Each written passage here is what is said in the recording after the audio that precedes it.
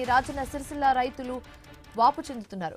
రోహిణి, మృగశీర, అరుద్ర కార్తేయులు దాటినా వర్షం జాడ లేకపోవడంతో రైతులు ఆవేదన చెందుతున్నారు. ట్యాంకర్ల ద్వారా నీటిని తెచ్చి పొలాలను తడుపుతున్నారు.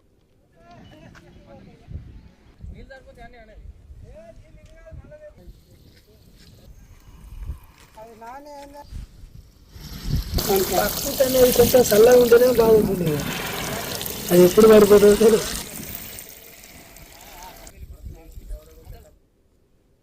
ఫస్ట్ పెట్టిన బస్తాలు పెట్టినాయి 13 బస్తాల దాకా పెట్టిన. మళ్ళీ తర్వాత మళ్ళీ 13 బస్తాలు అయిపోయినాయి. మళ్ళీ ఇప్పుడు పెట్టిన. ఇప్పుడు ఏం చెప్తే తెలియదు.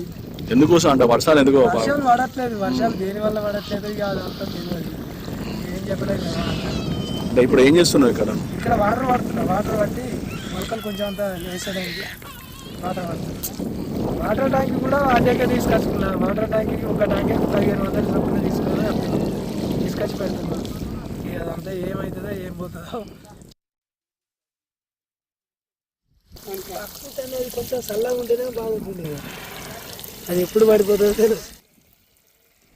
వర్షాలు కురవకపోవడంతో తెలంగాణలో రైతులు ఆవేదన వ్యక్తం చేస్తున్నారు.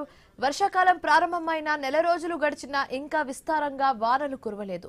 విత్తనాలు మొలకెత్తడం లేదని రైతులు ఆవేదన చెందుతున్నారు. వర్షం రాక విత్తనాలు ఎండిపోతున్నాయని రాజన్న సిరిసిల్ల రైతులు చెబుతున్నారు.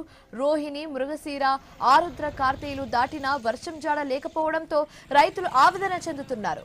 ట్రాక్టర్ల ద్వారా నీటిని తెచ్చి మరీ పొలాలను తడుపుతున్నారు.